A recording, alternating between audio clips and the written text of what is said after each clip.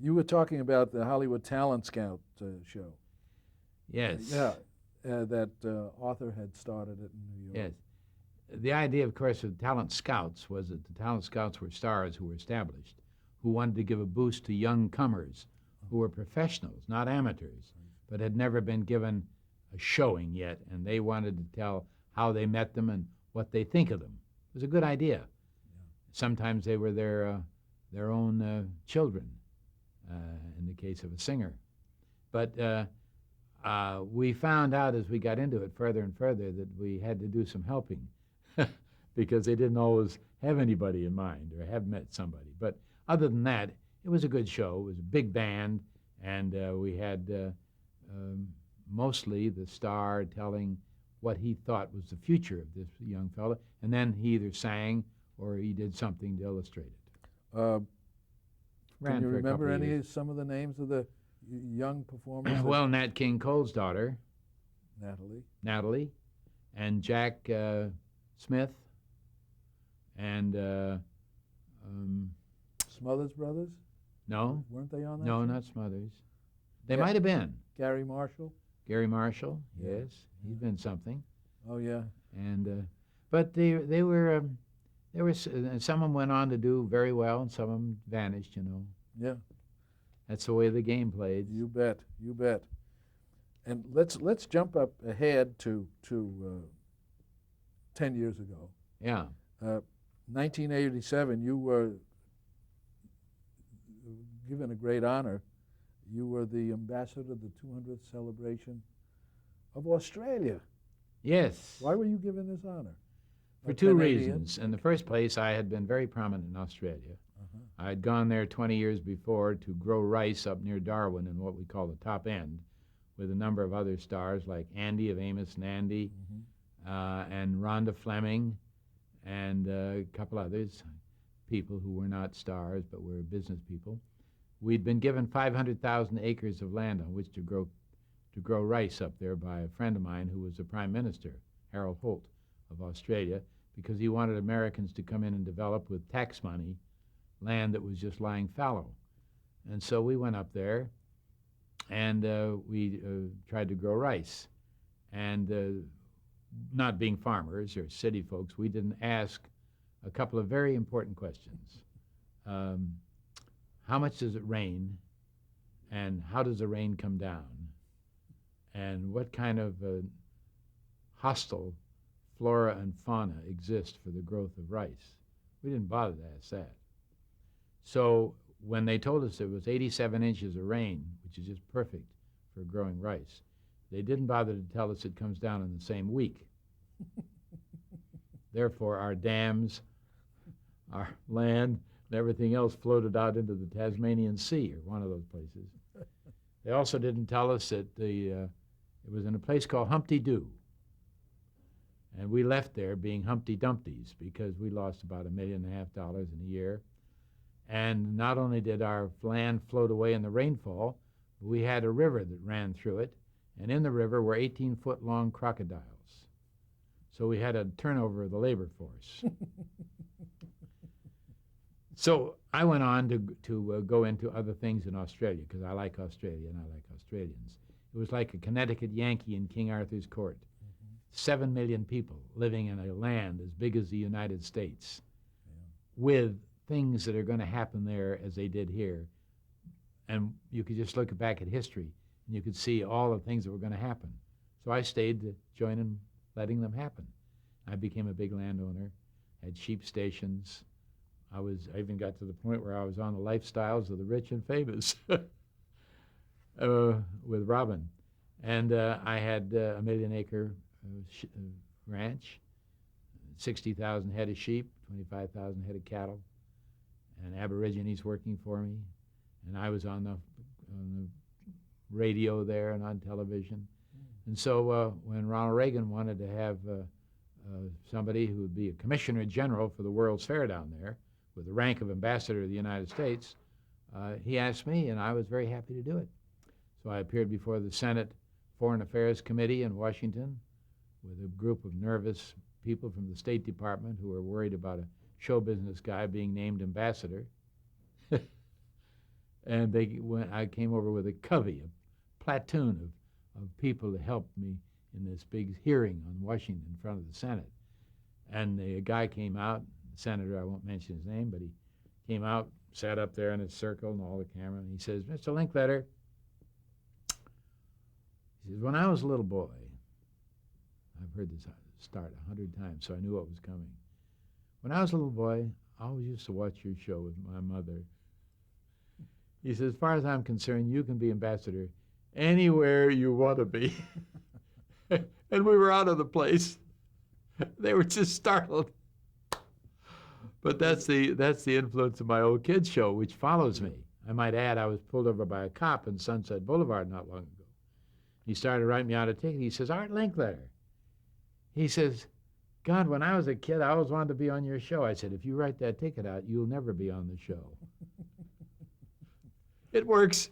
So anyway, I was ambassador down there, and it was quite an interesting experience to be called Your Excellency, because I'm just Art, really, to everybody. Yeah, that's nice. And I went through all that stuff, and we had a wonderful exhibit, and I represented the United States. And That's great. so that was a nice honor. Recently, you also became a columnist for the National Enquirer. Yes, indeed. What do you write about? I write about kids say the darndest things. And the only reason I'd write that column and the only reason I'd write it in the National Enquirer was that two reasons. First of all, they told me they were going to change their editorial slant and do a lot of family stuff and a lot of columns that weren't crazy stuff. And they wanted to have me, and they feature me on the third page every week. Second place, they pay money, which I'm always happy to have. But more important than that, they also put at the foot of my column, which is just excerpts from my book, they put the name and address and money to buy my VCR, Kids Say the Darndest Things. And they have a circulation of 2,800,000 plus a readership of another 5 million. So I'm a businessman, and it's good coverage, and it's a reminder that I'm alive. And it's clean stuff, and it's cute stuff. So listen, Mr. Linkletter, sir, you're considered, and you are, one of the pioneers of talk shows, audience participation shows. You've done it. How do you think today's hosts, 1997, have added or subtracted to the legacy that you established? Well, I think some of them are great. I hate a lot of the talk shows, as you know I would hate. I don't need to mention any names, but I don't like the talk shows where everybody is from the most dysfunctional layer of our society, from the dregs, or from the psychologists and psychiatrists' couches, or from the prisons, or from all kinds of things. This is terrible stuff, and I'm glad to say it's diminishing somewhat. The talk shows that I admire the most, I like Oprah. I think she's bright. I think she's concerned. And I think that while she did use some wild stuff at the first, she has recognized it and said, "I'm not going to do it anymore," because I realize that it's getting deeper and deeper, like a conversation at a cocktail gets louder and louder, and I'm not going to contribute. So now she's recommending good books, has good people, and I was glad to hear that she's going to do it for another couple of years. I think that most of the show business talk hosts are not doing what I did, basically, which is out in the audience with people, just people, and talking about funny things. They are famous stars. The number of big stars appearing on talk shows today, most of them, is just astounding to me. Yeah. Naturally, the movies have now finally come around to realize that that's how they get audience. And so you get all the big stars, and they appear on all the talk shows. Because selling a movie is like selling a book. I've written 26 books. And I know to write a book and sell a book, you got to go out and slug the local stations, give autographs at book signings, and do a lot of things. You're obligated. So now the shows are different. I think they're witty and funny, and the game shows, what few there are much more sophisticated in the mechanical devices, in the prizes that they give. I'll never understand how the Wheel of Fortune remains number one. It's the simplest. It's a good show, Yeah. But how it stays year after year, Maybe you said the right word, simplicity. it's it's simple, and people can kind of imagine themselves up there. Yeah. What do you consider your biggest career highlight? Ooh, See, I knew I'd get you with a tough. that's a tough one. I think if you could put it another way, what would you like to have as a memorial on your stone? It is, he was a Pied Piper for the children of America. I'll buy that. Do you have a biggest regret in show business? That I was never on 60 Minutes. And will never be on 60 Minutes unless I do something just terrific. Well, or disgusting. Or disgusting. Yeah. I've been on Sunday News on CBS, which is another one. They did a piece on my life. What, to you, what represents the very best of television and why today? I think the best thing in television today is for the general mass audience, which it has to appeal to. We're not talking now about niches. Mm-hmm. Is the coverage of world events in things like 2020, 60 Minutes, Dateline, and the shows which are doing a great job of covering the world. They go places and get people and expose important events and important subjects in an understandable and entertaining way. They're not pompous and they're not, CNN had a big impact on changing of big deal. television. I think Larry King does a great job of covering all kinds of things, although he's a patsy for the politicians, and he never asks the news questions that are hard, and he never argues with anybody. So he's kind of given a little back of the hand by some of the news guys, but that's not his business. He's not a newsman. That's right. And I don't blame him.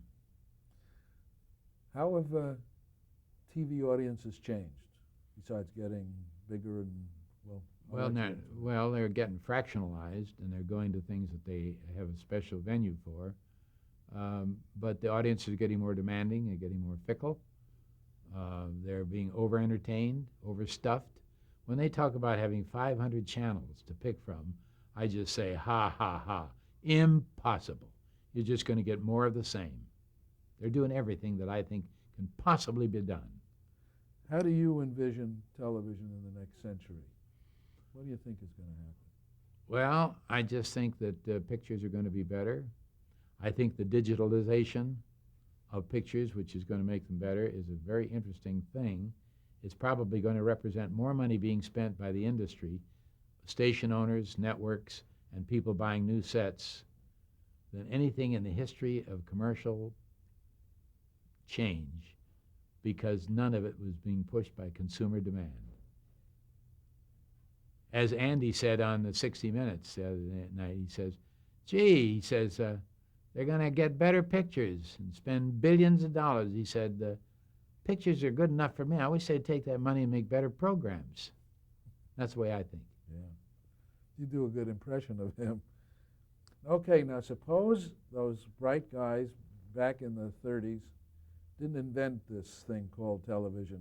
Yeah. What would Art Linkletter from Moose Jaw have done for a living, you think? I would have been a school teacher first, not in schools, but in colleges. I would teach creative writing. I would teach debating and public speaking.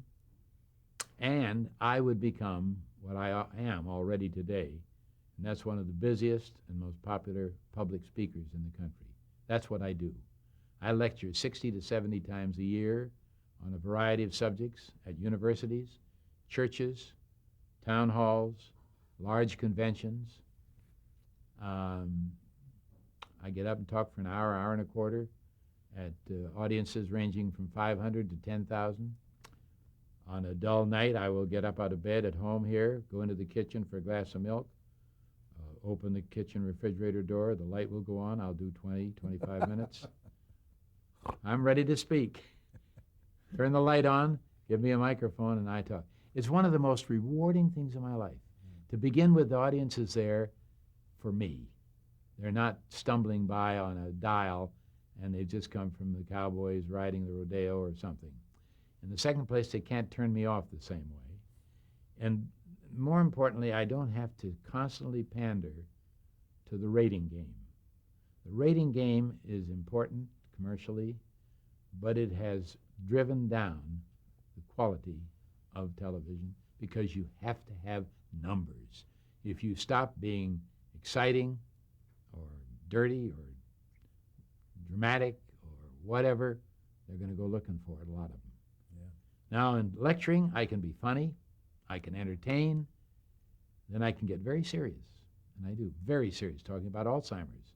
I know I can talk about Alzheimer's for an hour and a half right here, all the inside stuff. Or I can talk about the American family and what's happened to its turbulence and chaos. And then I can be funny in and out. And then at the end, I get a wonderful standing ovation and a wonderful check, and I go home. That's what I'd be doing, and that's what I am doing. That's great. How would, I think you said something just a few minutes ago, how would you like to be remembered? Pied Piper of kids. Pied Piper That's of it. kids. Now I'm gonna read off a bunch of names. Oh. People who you had something to do with. Really? And I'm gonna read those off and Just reaction. a quick comment? Yeah, Yeah. please. Muzzy Marcelino. A happy-go-lucky troubadour, not caring about tomorrow. Richard Nixon. A brilliant, wonderful man who went astray. Walt Disney. Walt Disney, an eternal child, more interested in perfection and pleasing the family than money. Lucille Ball. Lucille Ball was two people. She was a very professional show business director and ramrod for the show. And for me, sitting on a dais next to her, a source of constant questions about how she should raise her children, because she thought I knew everything about children. A mother. Well, she did a very good job, actually, with little Lucy, anyway, who I know very well. Danny Thomas. Danny Thomas, one of my best friends, was a preacher, a teacher, a comic, a family man, extravagant, and I was with him at the St. Jude's fundraisers, and I traveled with him, and a comic. Yeah. Your partner, John Goodell. John Goodell is a sweet man who is a good salesman, a good idea man, a good writer, and a man that I was a partner with for 35 years without a contract. That tells the story. Bob Cummings. Bob Cummings and I had a constant bantering comedy routine going between us. As we traveled around the world together with our wives, we had more fun together than anybody I've just spent hours with. He had 3 topics that he wanted to talk about. He wanted to talk about vitamins and minerals because he always carried a suitcase filled with them. He took more pills than anybody who ever lived. He wanted to talk about airplanes. He got one of the first licenses for private pilots in the United States. In fact, his middle name was the name of the guy who invented air flying. Robert, who was the guy that invented flying? Had the first airplane. Lloyd Wright. Yeah. The Wright brothers. Yeah, he named that Orville. Oh. His name is Robert Orville Cummings.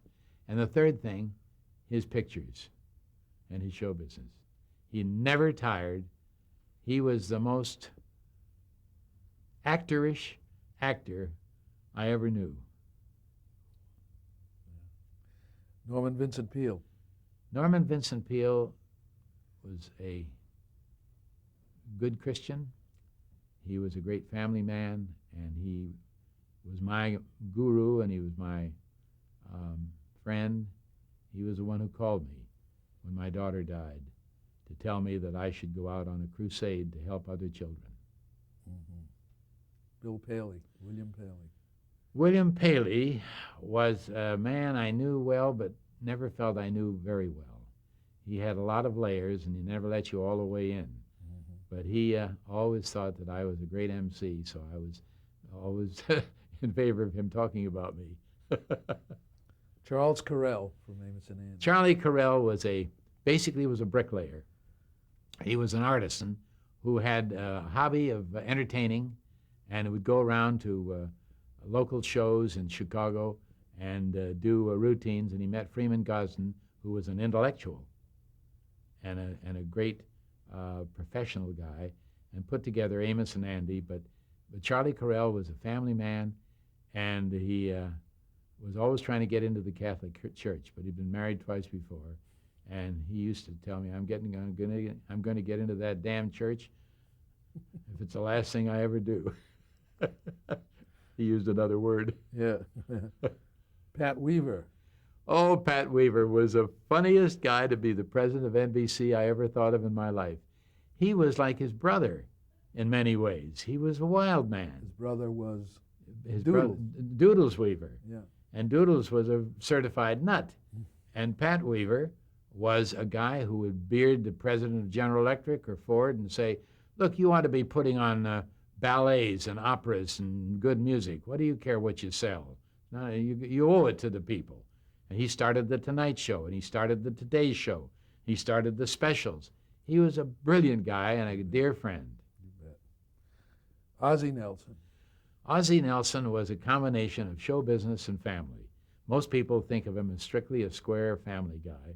But Ozzie, who had been a band leader, had been around the block, was still a square guy, a good guy.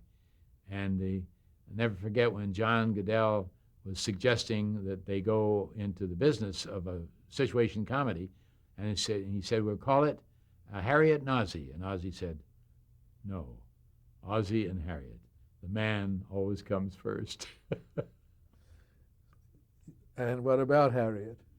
Harriet was really quiet and sweet, and she was very happy at the start of a good many episodes to be sent upstairs on something while the rest of the story developed. But she took care of her kids, and she had two great kids, Ricky and David. Mm-hmm. I see David now. He's a producer, and he's a very fine man. Yes, he is. David, you mentioned David. David Sarnoff. David Sarnoff. Well, I never knew him quite as well as I knew Bill Paley, because he was more of a man up in a fortress.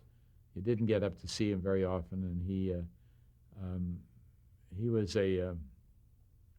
not a war man to me. He was always a big CEO, first and foremost. Jack Haley. Jack Haley made a picture with me, and I knew him also around town, and I thought he was a happy-go-lucky guy too. He reminds me of Muzzy. He was always good for a laugh, never interested in anything very deep, and a lark. Yeah. And the famous old crooner, Rudy Valley.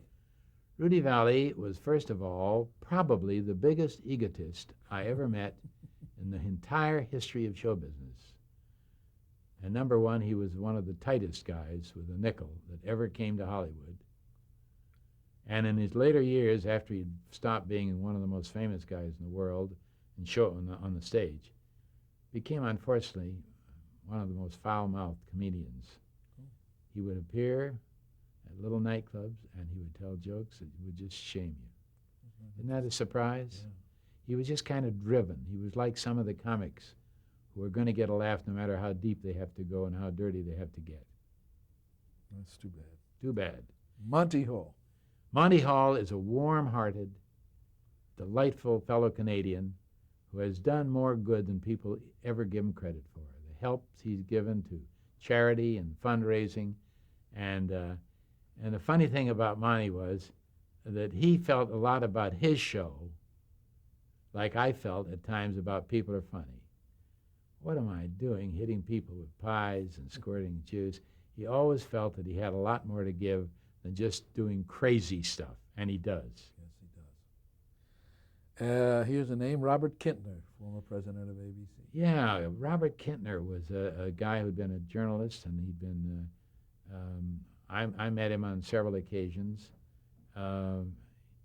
He called me up one time when I was starting to make a pilot called Adventuring with Art Linkletter, and the first pilot was shot down in the Panama Canal where I was shark hunting underwater with a scientist from the institute, Scripps Institute down near La Jolla. I'm underwater in a shark cage surrounded by sharks, and he saw the pilot, and he called me. I was at dinner, and he called me from New York. He says, "What the hell are you doing underwater with sharks? We have a show called People Are Funny. Get out of that thing." I understand now, yes. Jack Barry.